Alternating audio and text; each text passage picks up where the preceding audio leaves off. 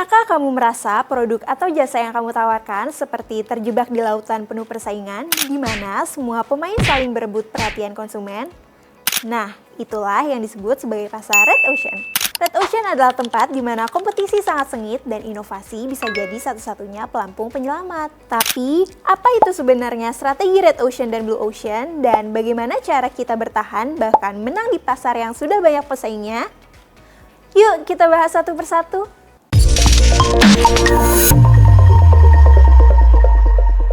Dalam dunia bisnis, ada dua pendekatan besar dalam menyusun strategi, yaitu Red Ocean Strategy dan Blue Ocean Strategy. Kedua istilah ini dipopulerkan oleh W. Chan Kim dan Rene Moubourn dalam buku mereka yang sangat terkenal, yaitu Blue Ocean Strategy. Red Ocean menggambarkan pasar yang sudah padat, penuh pemain, dan kompetisi yang sangat ketat. Ibarat laut yang merah karena berdarah-darah akibat persaingan yang brutal. Contohnya, industri smartphone, fast food, atau maskapai penerbangan berbiaya rendah. Semuanya berlomba-lomba menurunkan harga, meningkatkan fitur, dan merebut pangsa pasar yang sama. Lalu sebaliknya, Blue Ocean adalah ruang pasar yang belum tergarap, belum banyak kompetitor, dan penuh potensi inovasi. Kita menciptakan permintaan baru daripada berebut yang sudah ada. Contoh suksesnya, Apple dengan iPod, Netflix di awal kemunculannya, atau Gojek saat pertama kali memperkenalkan layanan ojek lewat aplikasi. Tapi, tidak semua bisnis bisa atau harus langsung lompat ke Blue Ocean. Kalau kamu sedang berada di Red Ocean, pertanyaannya adalah bagaimana caranya tetap bertahan dan bahkan menang di pasar yang penuh dengan persaingan? Langkah pertama untuk bersaing di Red Ocean adalah mengenali dengan sangat baik siapa yang sedang kamu hadapi. Kamu harus tahu siapa kompetitor langsungmu, apa keunggulan dan kelemahan mereka, produk atau layanan apa yang paling diminati pasar, apa yang bikin pelanggan pindah dari satu brand ke brand lain.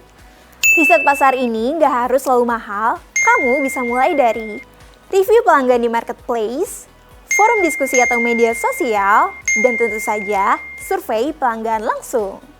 Semakin spesifik kamu tahu posisi pesaing, semakin strategis kamu bisa menentukan titik serangan. Salah satu kesalahan umum di Red Ocean adalah semua pemain berlomba-lomba perang harga. Padahal harga murah belum tentu bikin loyalitas tinggi.